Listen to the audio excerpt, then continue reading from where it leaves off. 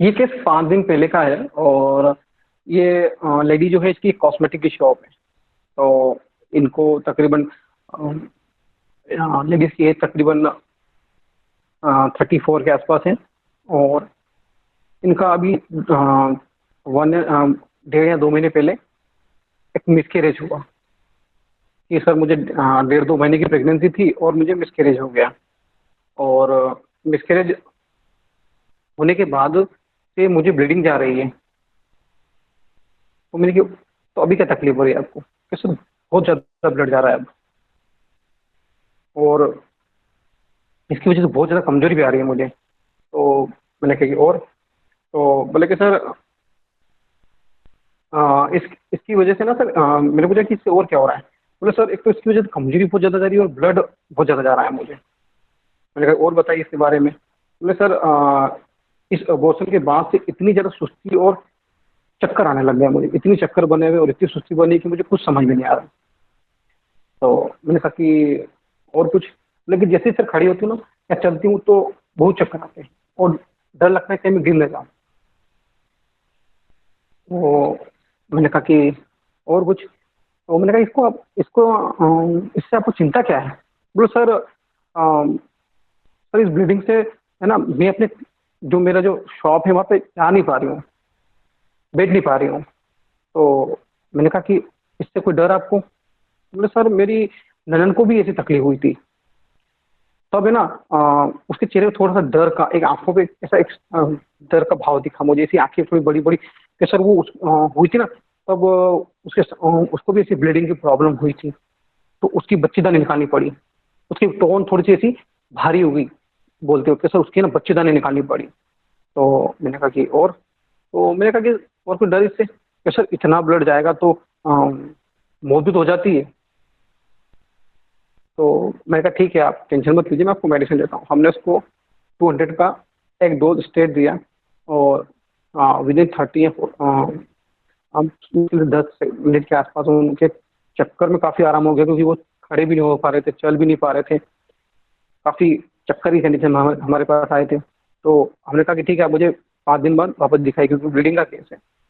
5 दिन बाद मेरे पास आए तो बोले सर ब्लीडिंग में काफ़ी कंट्रोल है, कम से कम आधा मुझे रिलीफ है, और चक्कर और वीकनेस में काफ़ी आराम है। और 10 डेज में उनकी वीकनेस जो काफ़ी टाइम से बनी हुई थी पूरी कंप्लीट क्योर हो गई, ब्लीडिंग कंप्लीट हो गई। ब्लीडिंग तो उनकी काफ़ी फर्स्ट सेकेंड ही आधी हो गई थी, और वो 10 डेज में पूरी तरह क्योर हो गए।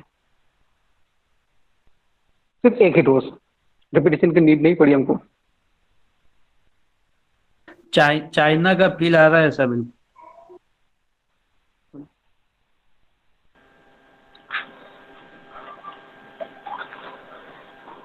Delusion images, frightful, fear of death.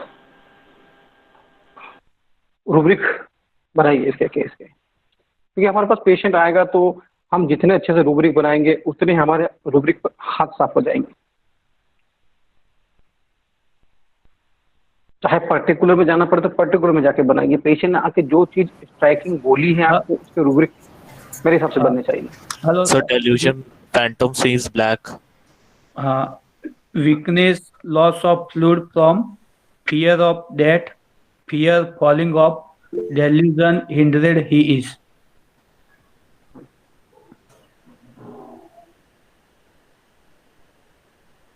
और रूब्रिक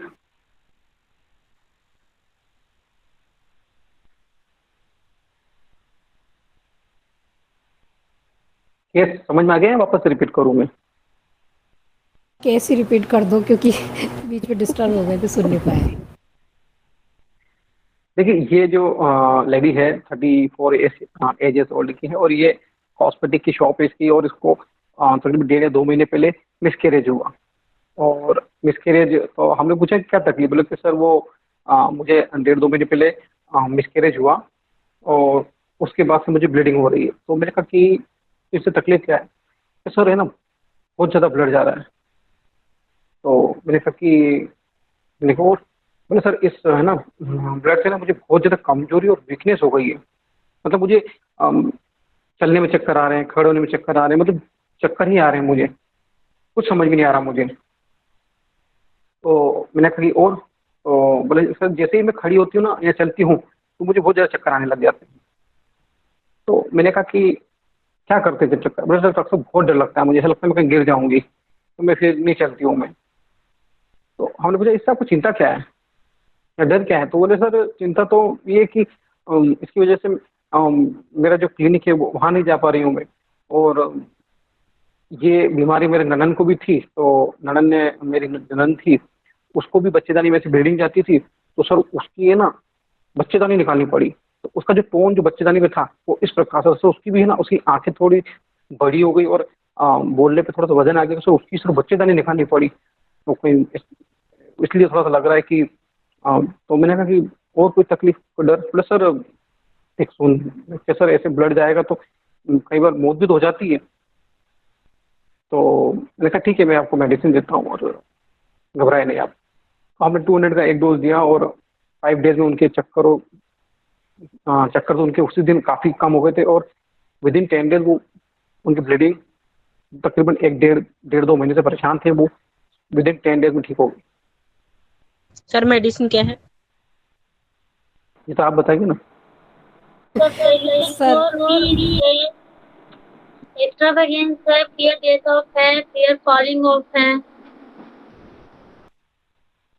जी सर, अभी केस सुनने के बाद सबसे पहले तो डिल्यूजन इंजरी बीइंग इंजर्ड कि उसको तब स्ट्रमोनियम सर। सर रुब्रिक, हाँ तो डिल्यूजन इंजरी बीइंग इंजर्ड कि उसका अबॉर्शन हुआ तब से उसको ब्लीडिंग हो रहा है, और ये डिल्यूजन इंजरी बीइंग इंजर्ड उसके बाद में वो डिल्यूजन पुअर में गई कि इतना ब्लीडिंग हो गया उसको कि उसको इतना कमजोरी आ रही है कि चक्कर आ रहा है, चक्कर से उसको गिरने का फीलिंग आ रहा है, तो फियर फॉलिंग ऑफ। और उसके साथ साथ अभी सर ने एक रूब्रिक भी बताया कि डिल्यूजन फैंटम सीज की भाई उसको फ्राइटफुल की डेथ ना हो जाए, और एक फियर डेथ का भी उसका आ रहा है। और जो आपने बोला बड़ी बड़ी आंखें कर ली, वो डर के जो बता रही है वो शायद एस्टोनिश्ड भी है उस चीज़ को, क्योंकि एस्टोनिश में आइज़ का जो एक्सप्रेशन आएगा वो ऐसा बड़ा बड़ा ही आएगा। और मुझे अभी तक ये सारा फील देखते हुए स्ट्रामोनियम भी लग रहा है सर। ठीक है, और सर ये इम्प्रेशनेबल भी है, फियर डेथ भी है, और फियर फॉलिंग ऑफ भी है, और डिलियन पुअर भी है। तो ये इस लिहाज से तकरीबन स्ट्रामोनियम ही बनता है सर। और स्ट्रोमोनियम है सर। रूब्रिक काफी लंबा चौड़ा केस है, रूब्रिक काफी कम।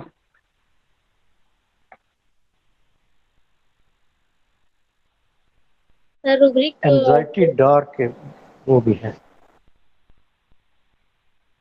कैसे? जी सर, वो कह रही है ना कि मुझे कुछ समझ नहीं आ रहा कि क्या है, तो उस लिहाज से मैं समझ रहा था एंजाइटी डार्क है। सर फियर सुपरस्टिशियस की तरफ ज्यादा जा रहे हैं। डर कहाँ रही, वो तो उसके सामने तो इमेज आ गई ना कि मेरी नदन को ऐसा हुआ था, तो उसको यही तो रूब्रिक की बारीकियां हैं कि उसको उसकी ननन की बच्चेदानी निकलने की इमेज दिख रही है, और वो भी कैसी फ्राइटफुल। ये बहुत बारीक सा ऑब्जर्वेशन है कि जैसे ही पेशेंट की आंखें थोड़ी सी बड़ी हो जाए, तो अगर खुद की कंप्लेन को लेकर हो जाए तो एस्टोनिश्ड, डॉक्टर इतना ब्लड गया, डॉक्टर इतना दर्द हुआ, उसकी आंखें हमारे सामने आने के बाद डॉक्टर मतलब इतनी तकलीफ हुई, तो उसकी सडन कंप्लेंट जो है वो अगर आंखों के साथ में हमें दिखे बिल्कुल चौक जाने वाली, तो वो एस्टोनिश्ड है। यहाँ पेशेंट को दूसरे की इमेज दिख रही है और उसके साथ वो फ्राइटफुल है, तो ये delusion images phantoms is frightful. Okay. Superstitious होती कहती है कि डॉक्टर साहब, लोग कहते हैं ऐसा इसमें तो मौत हो जाती है, लोग कहते हैं डॉक्टर साहब ये तो कैंसर भी बदल सकता है, तब से मेरे को डर लग रहा है। तो लोगों की सुनी सुनाई बातों के बाद डर लगने लग जाए तो वो फियर सुपरस्टिशन आता है। चाइना आ रहा है सर। और कोई मेडिसिन? नेटम्यूर आप मैसेज टाइप करने में इतनी कंजूसी क्यों करते हैं? मेडिसिन जो भी है आप टाइप कीजिए, अगर कोई आपका रुब्रिक होगा तो अस्ट्रोमोनियम है सर, अस्ट्रोमोनियम। मतलब पेशेंट को जैसे ही डर मिले, हल्का सा फियर इमेज दिखे तो स्ट्रोमोनियम। इतने सारे रूब्रिक स्ट्रोमोनियम कवर कर रहा है तो सर स्ट्रोमोनियम ही होगा सर। क्या कौन कौन सा रूब्रिक कवर कर रहा है स्ट्रोमोनियम, बताइए मुझे। देखिए, हमें इस केस में एक चीज देखनी है कि पेशेंट को शुरुआत कहाँ से हुई है, क्या चीज उसको इतनी परेशान कर रही है, क्यों उसमें इतनी वीकनेस आ रही है, ये चीज क्यों नहीं देख रहे आप? हम डिस्कस कर चुके हैं जीएमटी में। लॉस ऑफ वाइटल फ्लूइड की वजह से वीकनेस है, इसलिए चाइना हो। कौशिक जी को शायद जीएमटी का बहुत शुरुआत का केस याद है, जिस केस में हमने सेम केस बताया था। बात है, आपने आपसे ही सीखा था ये। तो हमारे सामने सबसे बड़ी चीज क्या है, पेशेंट क्यों बीमार होके आई है? क्योंकि लॉस ऑफ ब्लड है। इतनी कमजोरी क्यों आ रही है उसको? Loss of blood. सिंपल सा प्रॉब्लम कहाँ चालू हुई? एबॉर्शन से। तो सबसे पहला रूब्रिक फीमेल में एबॉर्शन, सारी चीजें वहां से ग्रेवेट हुई है इसको। अब पेशेंट कह रही है कि सर 1-1.5 माह से मुझे बहुत ज्यादा ब्लड जा रहा है, मतलब मैं बता नहीं पा रही हूँ, बहुत ज्यादा ब्लड जा रहा है। तो ये एक्स्ट्रा बिगन। सेकेंड, पेशेंट ने कहा कि इस ब्लड की वजह से मुझे बहुत ज्यादा कमजोरी और वीकनेस हो गई है। तो weakness from loss of fluid, blood की वजह से कमजोरी आ रही है ना उसको। या तो हमारा कॉमन सेंस है कि हम यहाँ डिलीजन इंजरी लगाएंगे या वीकनेस लॉस ऑफ ब्लड लगाएंगे। तो यहाँ उसको कमजोरी weakness from loss of blood से हो रही है।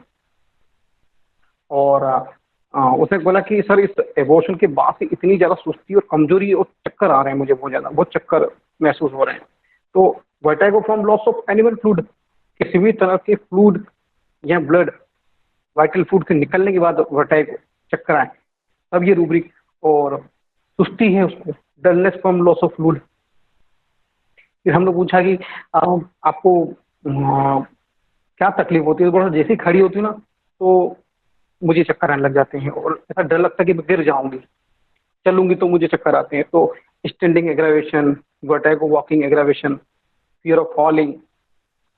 फिर पेशेंट ने, हमने पूछा कि आपको इससे चिंता, डर क्या है? तो पेशेंट का, डॉक्टर साहब इसकी वजह से ना मैं अपने दुकान पे नहीं जा पाती हूँ। ये क्या है? Delusion imagination is work at hindered. उसके काम पे नहीं जा पा रही, वो काम रुक रहा है। और पेशेंट को पूछा कि इसका डर क्या है? तो बोले डॉक्टर मेरी, पेशेंट से पूछा कि आपको उससे डर क्या है? तो बोले कि सर हमारी ननन को भी ऐसी प्रॉब्लम हुई थी ना, तो उसका बच्चा दाने निकालना पड़ गया। तो वो बोलते वक्त उसके जो फ्राइटफुल जो चेहरे का जो डर, मतलब एक जो एक्सप्रेशन था वो फ्राइटफुल था। तो हमको फ्राइटफुल इमेज यहाँ रूब्रिक लगा। और इसमें मौत भी हो जाती है तो उसको उसके पीछे कहीं ना कहीं फियर ऑफ डेथ का बैकग्राउंड भी है, इसको डेथ का भी डर है।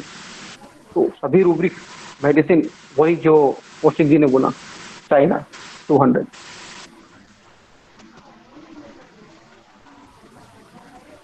अब हम यहाँ डीडी करेंगे आपके लास्ट टाइम कौन सा रूब्रिक बताया था आपने? हिंडर्ड और एक और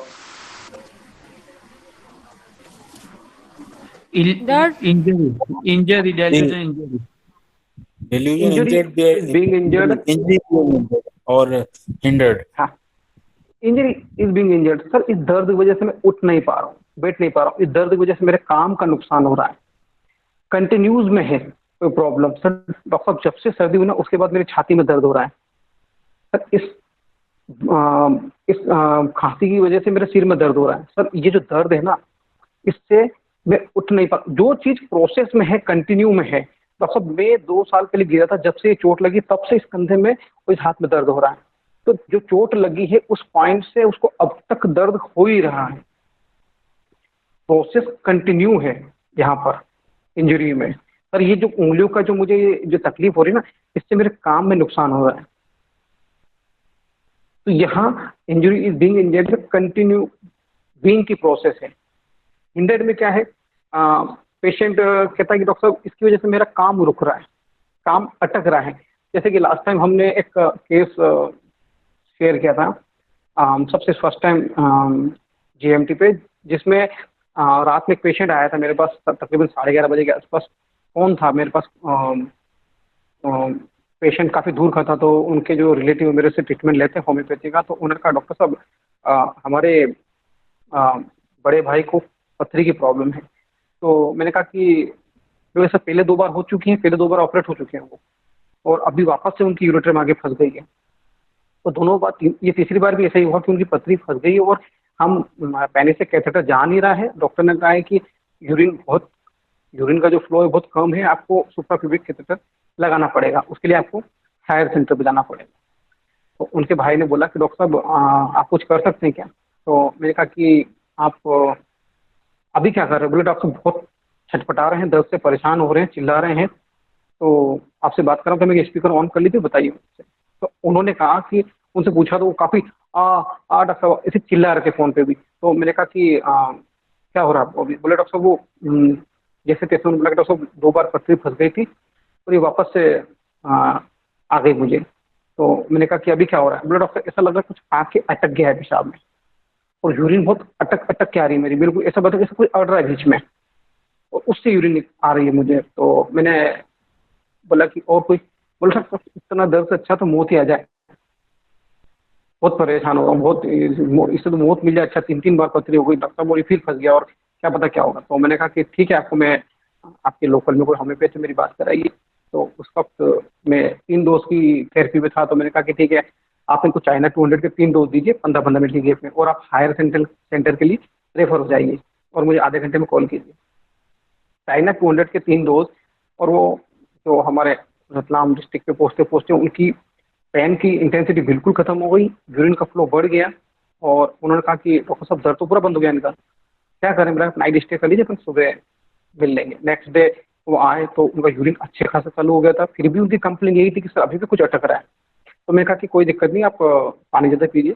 और अगले उसी दिन इवनिंग में 6 to 7 PM के आसपास उन्होंने मुझे एक मैसेज भेजा कि सर ये तकरीबन 8.3 mm की स्टोन बाहर आ गई। अब यहाँ पेशेंट की फीलिंग क्या थी? पेशेंट तड़प रहा था दर्द में, रेस्टलेसनेस पेन फ्रॉम, दर्द से चिल्ला रहा था, शेकिंग पेन फ्रॉम। पेशेंट कहता इससे अच्छा तो मौत अच्छी है, डिजायर। और पेशेंट का यूरिन का काम अटक रहा है, delusion hindered, work is hindered. हमने 4 रूब्रिक लगाकर सिर्फ पेशेंट की फोन पे देखे, उसको चाइना दिया और पेशेंट की पथरी बाहर। तो हिंडर्ड में पेशेंट का काम अटकता है, रुकता है, रुकावट आ रही है। पेशेंट कई बार कहते हैं डॉक्टर साहब मैं सेना में भर्ती होना है, पर इस दृष्टि डोज, आँख की जो रोशनी है उसकी वजह से मेरा जो एडमिशन वो रुक रहा है। तो यहाँ रुकने की फीलिंग, अटकने की फीलिंग है कि डॉक्टर साहब है ना मुझे कहीं एडमिशन लेना है और मेरे हाइड्रोसिल या मेरी फलानी प्रॉब्लम की वजह से मेरा वहाँ काम रुक रहा है। सर मुझे ना छिको की प्रॉब्लम है और मैं वहाँ जाऊँगा तो मेरा काम अटक जाएगा, मेरा एडमिशन रुक जाएगा। तो जहाँ रुकने की, अटकने की फीलिंग हो वहाँ हिंडर्ड। अब यहाँ पेशेंट कह तो रही कि डॉक्टर साहब इसकी वजह से मैं अपनी दुकान पर नहीं जा पा रही हूँ। तो प्रॉब्लम इसको क्या कर रही है? हिंडर्ड कर रही है, दुकान पे जाने नहीं दे रही है। बीच में फ्लो में जैसे एक नाली में अगर एक पत्थर रख दिया जाए तो वो पानी के फ्लो को क्या करेगा? हिंडर, अटकाएगा, रोकेगा। तो ये फीलिंग आपको दिमाग में रखनी है कि एक नाली में पत्थर रख दिया है तो फ्लो कैसा धीमा धीमा हो जाएगा। तो पेशेंट, पथरी का पेशेंट भी ये बोल रहा था डॉक्टर साहब कुछ यूरिन बूंद बूंद आ रहा है, टपक टपक के आ रहा है, ऐसा लग रहा है कुछ अटक गया है। ओवरऑल फील पूरी दूसरी रूब्रिक के साथ हमने चाइना की बनाई और दिया, और फैबुलस वर्क किया चाइना ने। और ये बहुत शुरुआत लास्ट ईयर 2021 का केस है, सितंबर का, जब मैं माइंड में बहुत नया नया था और मैंने बहुत शुरुआत में ये रूब्रिक सीखा था और इसको पथरी के पेशेंट पे लगाया। सुना भी पथरी के पेशेंट का ही था ये रूब्रिक, और लगाया भी पथरी के पेशेंट पे। तो जहां पेशेंट की फील हो कि मेरा काम अटक रहा है, मेरा काम अटक रहा है, आप कभी कंफ्यूज नहीं होंगे जब आपके दिमाग में रूब्रिक की फील अच्छे से पता होगी। बहुत शुक्रिया सर। सर ये गले में जो अटक जाता है कोई चीज, मसलन ये पेशेंट कहता है कि मेरे गले में कुछ ऐसे पता चलता है जैसे अटक रही है, उसमें भी हिंडर्ड लगेगा? जी, एक केस आया था मेरे पास, और हाँ उसके गले में फिश खाने की वजह से कुछ, अब वो एक्सप्लेन नहीं कर पा रहा था कि डॉक्टर साहब क्या हुआ मेरे गले में एग्जैक्ट, और हाँ मैंने मच्छी खाई ना, उसके बाद से ना मेरे को तकलीफ शुरू हो गई। अब ये हमारी इंटेलिजेंसी है कि हमको रूब्रिक कहाँ से उठाने हैं। हम सिर्फ गांड बांध के नहीं बैठेंगे कि इंजरी बिंग इंजर ही लेंगे। अब मछली खाने के बाद से तकलीफ होगी तो कायदे से डिल्यूजन इंजरी बिंग इंजर आना चाहिए, पर हमने जेनेटिक में जाके फिश एग्रावेशन ले लिया और गले में अटक रहा है हिंड्रेंस ले लिया और थ्रोट पे पेन ले लिया, 3 रूब्रिक लगा, चाइना दिया और पेन सबसाइड हो गया with in half an hour. तो ये आपको देखना है कि अगर हमें सेंटर फीलिंग पता चल गई कि हाँ ये पेशेंट को ये फील है, तो आप कुछ रूब्रिक को मैनिपुलेट कर सकते हैं जनरल, पर्टिकुलर और माइंड के साथ। और मैं तो करता हूँ, अपनी मनमानी चलाता हूँ पेशेंट के साथ, क्योंकि इतनी बड़ी रेपर्टरी है और बाकी के जो चैप्टर है माइंड के अलावा वो किसके लिए बने? हमारे लिए बने। तो हम नहीं पढ़ेंगे तो कौन पढ़ेगा उनको?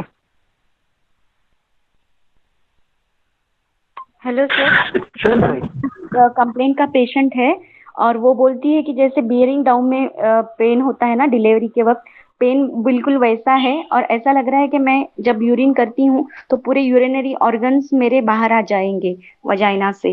तो ये रूब्रिक क्या लेना है इसमें? फियर ऑफ प्रोलैप्स है ना, नाइट्रिक एसिड का एक रूब्रिक।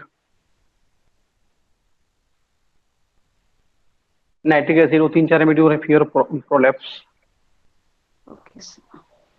पेशेंट के डॉक्टर साहब लेटरिंग करने जाऊंगा तो डॉक्टर साहब पूरी मेरी जो रेक्टम में पूरा बाहर आ जाएगा, तो उनको प्रोलैप्स का डर होता है ना कि लेटरिंग जोड़ लगाऊंगा तो बाहर आ जाएगी, तो fear of prolapse. Thank you sir.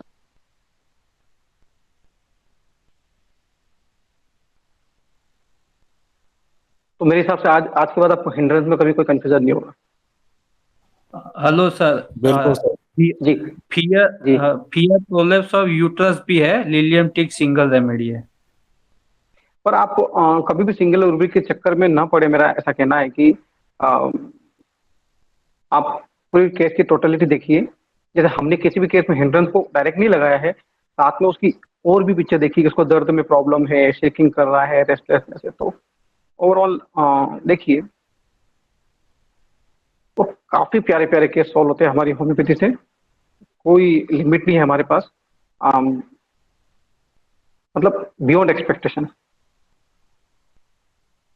तो अभी माइंड जी सर, जैसे कोई पेशेंट बोलता है कि सेना में हमारा हाइड्रोसिल की वजह से भर्ती नहीं हो पाएगा, तो डिलीजन हिंड्रेंस ले सकते हैं कि फियर हिंड्रेंस लेंगे? हाँ है ना, उसमें उसका काम रुक रहा है ना। हाँ, फीलिंग क्या है उसकी, उसका काम रुक रहा है। पेशेंट का डॉक्टर साहब इसकी वजह से मुझे बाहर निकाल देंगे तो रिजेक्शन की फील, इसकी वजह से मेरा एडमिशन रुक रहा है, मेरा काम रुक रहा है, मेरी आंखों की वजह से, आंखों की रोशनी की वजह से मेरा एडमिशन रुक रहा है, ये सब हिंड्रेंस की फील है ना। मेरा यूरिन रुक के आ रहा है। यहाँ पर डिलीजन होगा या कि फियर होगा?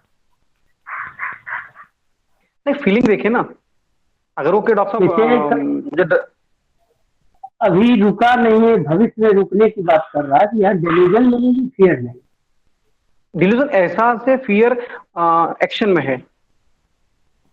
अब वो आपके पास क्या बोल रहा है ये आपको पता ही करना है। डॉक्टर साहब आसानी हो इसकी वजह से। अभी एक पेशेंट हमारे पास आया था और पेशेंट को हाइड्रोसिल की प्रॉब्लम थी और वो मुझे कह रहा है कि डॉक्टर साहब ऐसा नहीं हो कि मुझे वहाँ मेरा मेडिकल करें और मुझे बाहर कर दें। तो ये फियर ऑफ रिजेक्शन की फील है, निकाल देने की फील है, रिजेक्ट कर देना कि मुझे रिजेक्ट कर देंगे और किसी और को सिलेक्ट कर लेंगे। और डिल्यूजन में एहसास है कि डॉक्टर साहब इसकी वजह से मेरा एडमिशन रुक रहा है, काम रुक रहा है।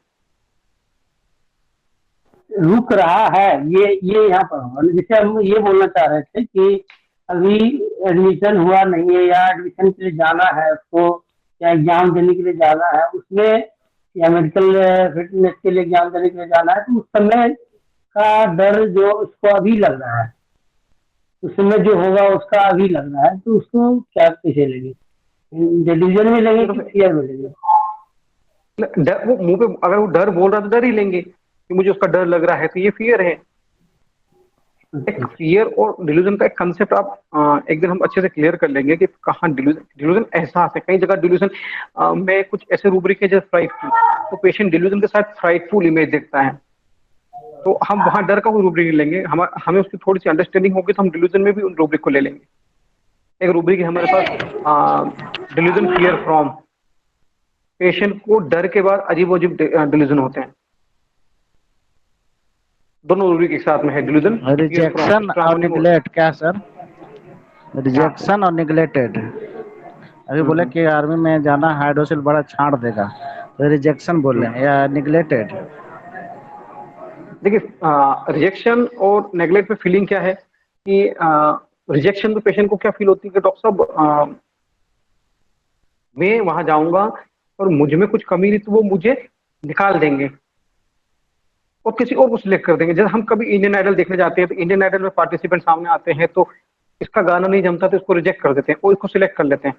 तो रिजेक्शन में मुझे रिजेक्ट कर देंगे किसी और को सिलेक्ट कर लेंगे, तो ये रिजेक्शन है। और मेरे पर ध्यान नहीं देते हैं डॉक्टर साहब, मैं घर में बैठा रहता हूँ, मेरे को ध्यान नहीं देता है। जैसे मेडिकल नेग्लिजेंसी होती है ना, बहुत से डॉक्टर्स के ऊपर केस लगते हैं कि डॉक्टर साहब हम वार्ड में पड़े हुए थे और डॉक्टर ने हम पे ध्यान नहीं दिया। तो नेग्लिजेंसी मतलब ध्यान ना देना एक प्रकार से, और रिजेक्शन मतलब बिल्कुल त्याग देना कि डॉक्टर साहब क्या आप इस लायक नहीं हो, आप इस लायक आ जाओ।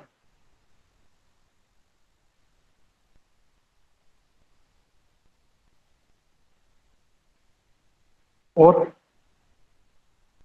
मेरी एक पेशेंट बोलती है कि मेरे फ्रेंड की यूपीटी नेगेटिव आई थी और जब वो डॉक्टर के पास चली गई 2 महीने के बाद तो उसको पता चला कि वो प्रेग्नेंट है सोनोग्राफी के मतलब डायग्नोसिस के बाद, और दरमियान उसने मेंसेस आने की टैबलेट भी ली थी। और जब मेरा एमेनोरिया चल रहा है तो मैंने यूपीटी करवाया ही नहीं, क्योंकि मेरा भी ऐसा ही होगा मेरे फ्रेंड के जैसे हालत। तो इसमें क्या रूब्रिक लेंगे सर? उसकी बहन को क्या हालत हुई थी मतलब? उसका एमेनोरिया था और यूपीटी नेगेटिव आ रही थी, पिक कर रही थी, लेकिन उसको मेंसेस आने के लिए टैबलेट दिए गए एलोपैथ डॉक्टर के पास, फिर भी नहीं आई। और 2 महीने के बाद जब वो सोनोग्राफी करती है उसकी फ्रेंड, तो उसमें प्रेगनेंसी दिखाया था और उसको भी ऐसा ही डर लगा कि वो एमेनोरिया के 15 दिन बाद मेरे पास आई और वो यूपीटी करवाने के लिए भी डर रही थी। कि इसमें फियर ऑफ रॉन्ग सफर लेंगे सर? नहीं, लाइट सन्स हो सकता है ना, उसको धोखे का डर हो सकता है। अब एग्जैक्ट फीलिंग आप और ठीक से बात करें तो पता चलेगा, फियर ऑफ मेडिकल एग्जामिनेशन हो सकता है। अब एक्चुअल फीलिंग और जब पूछेंगे तो आपकी मेन फीलिंग पता चलेगी कि और क्या रूब्रिक बनेंगे एक साथ में। तो ये लाइट सन्स हो सकता है, वो लाइट से बचना चाह रही है, टेस्ट से बचना चाह रही है, और उस टेस्ट के पीछे उसको क्या डर है कि मेरे साथ कुछ गलत ना हो जाए, तो फियर ऑफ बिट्रेड।